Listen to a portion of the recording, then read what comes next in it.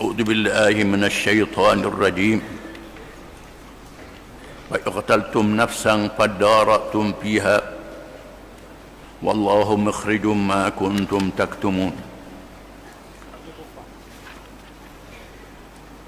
فَقُلْنَا اضْرِبُوهُ بِبَعْضِهَا. Ini tak tafsir lagi.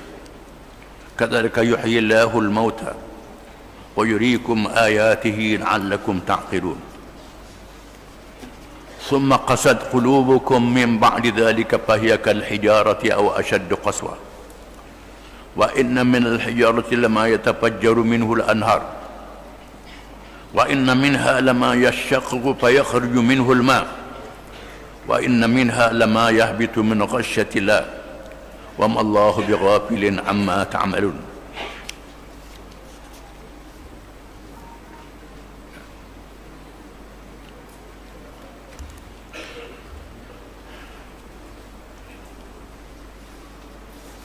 Dan ingatlah ketika kamu membunuh seorang manusia, kemudian kamu menuduh sesama sendiri tentang pembunuhan itu, padahal Allah tetap melahirkan apa yang kamu sembunyikan. Maka kami berfirman, pukullah si mati dengan sebahagian anggota lembu yang kamu sembelih itu. Mereka pun memukulnya dan ia kembali hidup. Demikianlah Allah menghidupkan orang-orang yang telah mati dan memperlihatkan kepada kamu tanda-tanda kekuasaannya supaya kamu memahaminya. Kemudian sesudah itu hati kamu menjadi keras juga seperti batu, bahkan lebih keras lagi.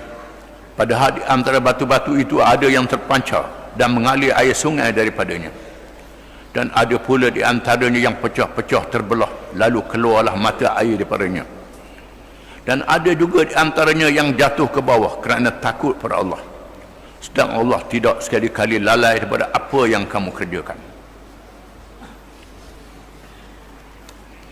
Ayat ini masih lagi mengesahkan kedegilan kaum Yahudi Bani Israel. Setelah disebut tentang perintah Allah, baru disebut sebab. Patut sebab dulu, sebab perintah tu dulu. Disebut perintah Allah dulu supaya sembelih lembu, baru sebut sebab. Untuk mengajar kita bahawa perintah Allah lebih penting pada sebab. Tanggungjawab kita orang Islam, bila Allah perintah kena ikut, jangan nak tahu sebab dia, jangan nak tahu hikmah dia, nak tahu faedah baru ikut. Ini perangai Yahudi. Kalau ada orang Islam dengar perintah Allah Ta'ala, hukum Allah Ta'ala, undang-undang Allah Ta'ala, hukum hudud, hukum kisah, sebut terang-terang, tak boleh percaya, nak tahu hikmah dulu baru percaya. Tak percaya. Ini perangai Yahudi, perangai Yahudi. Setelah kita baca minggu lepas, Allah Ta'ala perintah supaya sembelih seekor lembu betina. Tanya pula, lembu betina macam mana, warna apa, macam mana, warna apa. Akhirnya menyebab sangat suka, sehingga terpaksa cari lembu betina yang warna kuning keemasan. Semua kuning, tak ada warna lain langsung. Allah Ta'ala jadikan kaum yang tomok harta, kerana bangsa Yahudi ni bangsa yang tomok harta. Duk ke duit saja, dapat duit, tak peduli betul salah halal haram. Ini perangai Yahudi, ke duit saja. Allah Ta'ala uji mereka dengan harta, terpaksa membeli seekor lembu, kepunyaan seorang yang soleh, orang yang taat pada Allah Ta'ala, yang mewasiatkan pesaka seekor anak lembu yang kecil untuk anaknya yang yatim. Bila nak menikah dunia, berdoa Allah, ya Allah, ya Tuhan aku tak ada harta melainkan anak lembu ni saja. Aku tinggal pada anakku. Suaminya soleh, isterinya solehah, anaknya seorang yang soleh. Allah Ta'ala beri keberkatan. Lembu yang dilepas tak ada siapa jaga, Allah Ta'ala yang jaga. Hidup bebas lepas. sehingga lembu tu gemuk jadi lembu ibu yang tak beranak, yang tak digunakan untuk membajak, untuk siram terik air. Lembu yang gemuk, yang sihat, yang segar, yang warnanya menakjubkan, dengan berkat doa seorang yang soleh, ya Allah itu aku tinggal pada anak aku, anak lembu. Keberkatan itu mendapat harta yang melimpah, sehingga dengan diajak oleh malaikat supaya letak harga lembu tu emas diisi dalam kulitnya setelah dibuang segala tulang, daging dan segala perutnya. Berapa tan emas mereka bayar dengan emas. Setelah itu Allah Ta'ala cerita sebab berkata wa id qataltum nafsan fadara'tum fiha wallahu mukhrijum ma kuntum taktumun. Dan ingatlah wahai kaum Yahudi Bani Israel, bila kamu membunuh satu nyawa lalu kamu mengelakkan diri daripada jenayah. Ceritanya seorang kaya kalangan Yahudi yang hartanya sangat banyak, tak ada anak untuk menerima pesakanya. Yang boleh terima pesaka anak saudara. Anak tak ada, maka bolehkan anak saudara lah. Hukum pesaka dia lebih kurang dengan kita juga. Bila tak ada anak, boleh kepada anak pada adik-beradik, anak saudara lelaki pula. Lama sangat pak dara ni mati, harta banyak, yang bunuh pak dara nak dapat harta dah. Kalau kamu harta dah lalu sampai bunuh pak dara, ni harta punya pasal sanggup bunuh. Dan ni buat dia juga pasal lagu tu. Nano ni bunuh pak dara waktu malam, mayat dia letak pada kampung yang lain, di pintu masuk kampung yang lain, letak kat tepi kampung lain, supaya orang tuduh orang kampung tu bunuh mereka kampung dia. Bangun pagi esok, harap tengok ada orang mati. Matinya orang kampung sebelah. Lalu orang kampung ni kata, kampungmu dah bunuh orang. Kampung ni kata, tak, kampungmu bunuh orang. Balah kampung dengan kampung mengikut hukum qisas. Pembunuhan dibalas bunuh. Kalau tak tahu kena bayar diat. Masuk dalam syariat Bani Israel, bayar diat. Bayar diat dengan harta ganti rugi. Orang kampung ni kena bayar ganti rugi pada orang kampung tu. Orang kampung ni kata, tak pasal-pasal kami tak tahu, kami tak bunuh. Orang ni kata, kami tak tahu, kami tak bunuh. Balah dua kampung ni akhirnya bersetuju untuk bertemu Nabi Musa AS. Jumpa dengan Nabi lah Rasul, supaya Rasul ini beritahu kepada kita bagaimana nak selesaikan masalah.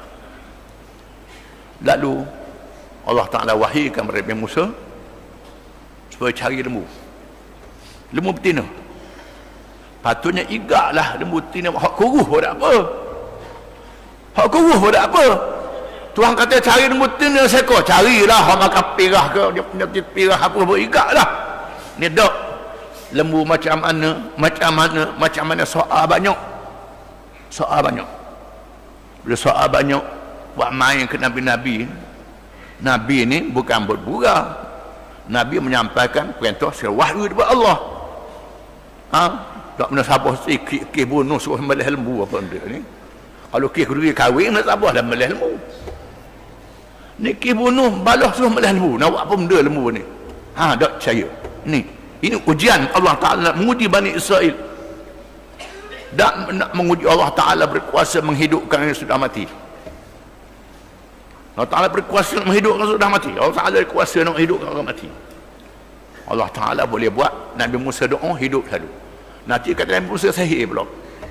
Dia kata sihir pula. Musa ni buat sihir pula. Allah Ta'ala jadikan hukum.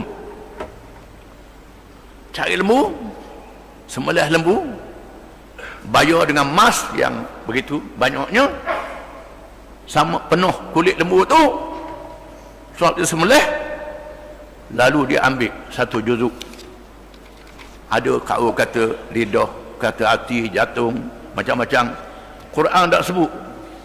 satu bahagian lembu itu, dia ambil satu juzuk, satu anggota daripadanya. Faqul nadribuhu bi ba'dihha, lalu kami kata pukulkan sebahagian yang diambil lembu itu pada mayat itu.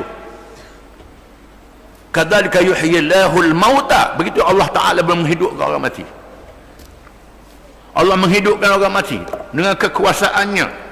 Menandakan Allah Taala yang melakukan hari kiamat. Wahai kaum Yahudi, wahai orang Islam, orang Kristian, semua manusia, Allah Taala menghidupkan orang mati pada hari kiamat, bila berlakunya kiamat. Ini tujuannya supaya percaya dengan hari kiamat. Kisah ni diketahui oleh orang-orang Yahudi, disebut dalam kitab-kitab mereka, dikisahkan di nabi-nabi mereka. Nabi kita Muhammad SAW berhijrah ke Madinah, orang Yahudi ramai di situ tunggu kelahiran Nabi akhir zaman. Nabi Muhammad pula dilahirkan di Mekah, tempat tak ada sekolah, tak ada orang pergi, tak ada tempat belajar di Mekah ni, tak ada ahli kitab. Dari mana Muhammad dapat cerita ini semua? Surah itu daripada Allah SWT, daripada Allah, supaya mereka tahu Muhammad ni adalah Rasulullah, Nabi sungguh, Rasul sungguh, bukan sembarangan. Aku nadribuhu bi ba'dihha, pukulkan dengan lidah, dengan apa anggota dia ambil itu pada mayat itu. Mayat itu pikah bangun. Pikah bangun. Musa tanya, siapa dia bunuhmu? Anak dara saya bunuh. Kabur lalu. Bunuh. Mati lalu. Tahu siapa pembunuhnya? Wa yuriikum ayatihi la'allakum ta'qilun. Dan Allah Ta'ala menunjukkan ayatihi, tanda-tandanya. Ayat yang dibaca, ayat yang dilihat, yang disaksikan. Ayat makru'ah, ayat yang dibaca. Ayat manzurah, ayat yang dilihat, yang disaksikan. La'allakum ta'qilun, supaya kamu menggunakan akal untuk berfikir dengan sedar dan insaf, supaya kamu faham, wahai kaum Bani Israel. Summa qasat qulubukum min ba'dalika fahiya kal-hijarati aw ashaddu qaswah. Kemudian hati kamu menjadi keras pula, wahai Bani Israel. Jadi keras, tak mau terima pengajaran Allah, tak mau terima hukum Allah, tak mau terima peraturan Allah. Nabi Musa suruh berjihad, masuk ke Palestin, tak mau berjihad. Suruh Musa dengan Harun pergi dengan Tuhan lah, kami tak mau pergi. Allah Ta'ala sudah tolong mereka secara mukjizat. Kerah hati mereka, turun kitab Taurat, tak pakai hukum, dia baca saja, dia hukum tak pakai. Pindah pula hukum hudud, hukum kisah, pindah hukum lain, perangai Yahudi. Kalau ada hak kita, perangai gitulah juga ni. Ini perangai Yahudi, ikut perangai Yahudi. Pindah hukum Allah. Ini lebih kerah pada batu lagi. Batu taat pada Allah. Dalam ayat yang banyak menyatakan bukit, buka, gunung, ganang bertasbih taat pada Allah Ta'ala. Bukit. Wa innal hiya wa inna min al-hijrati lama yatafajjaru minhu al-anhar. Sebahagian berbatu-batu itu terpancur daripadanya sungai-sungai. Sekerah-kerah batu itu, sungai boleh lalu. Membenarkan sungai lalu di celah-celah dia untuk beri rezeki pada manusia yang duduk di bawah. Daripada jeram, boleh lalu sungai itu dengan perintah Allah Ta'ala. Wa inna minha lama yashtaqqu fa yakhruju minhu al-ma'. Setengah daripada batu tu pecah dengan tujuan supaya air keluar ke dia, supaya orang boleh ambil air dengan perintah Allah. Wa inna minha lama yahbitu min khasyatillah. Setengah daripada batu itu daripada atas golek turun ke bawah kerana takut pada Allah Ta'ala. Daripada dua atas gunung turun ke bawah, takut pada Allah Ta'ala. Kerana takut pada Allah Ta'ala. Ada di antara Allah Ta'ala perintah, ada di antaranya gerung dengar manusia syirik lawan Allah Ta'ala, menyebabkan bergolek batu, pecah batu ini, takut pada Allah Ta'ala. Tetapi setengah manusia kerah pada batu. Dalilnya mudah je. Nak lalu air, air kan kena lalu lah ke rumah tanah dia. Tak boleh, tak boleh. Tanah aku tak boleh. Tak benar lalu air ke tanah dia untuk beri orang belakang rumah ni. Ni. Apa ni? Ni perangai lebih pada batu dia. Nak lalu elektrik, nak masuk elektrik orang belakang, tak boleh lalu tanah aku. Ni ya ni. Ni. Allah Ta'ala kata, sekerah-kerah batu membenarkan air lalu, membenarkan binatang lalu, membenarkan laluan, membenarkan akar-akar kayu masuk di celah dia, pohon riang boleh tumbuh. Kalau batu kata, tak boleh riang, tak boleh lalu ke aku. Mapuh pohon riang. Mapuh pohon riang. Tidak. Akar-akar boleh lalu ke celah-celah dia kerana takut pada Allah Ta'ala. Ni manusia, sama-sama dia boleh kelahi, boleh balah. Tak ada timbal rasa langsung. Nak lalu air pun tak boleh, nak lalu elektrik pun boleh, nak buat jalan pun tak boleh. Mengikut hukum Islam, kalau kepentingan awam, kepentingan orang ramai terpaksa ambil tanah, maka ambil tanah ini. Kepentingan ini mengikut syarak, boleh ambil tanah kepentingan awam, boleh ambil tanah itu, dibayar ganti rugi, ganti hak lain pula. Itu peraturan yang Quran sebut. Setengah pada manusia tak benar sekali-kali. Kenapa lebih kerah pada batu? Wa mallahu bighafilin amma ta'malun. Dan Allah Ta'ala tidak lalai sekali-kali apa yang kamu kerja, wahai manusia. Apa yang kamu buat, Allah Ta'ala tahu belaka. Allah Ta'ala tidak lalai sekali-kali. Wallahu a'lam.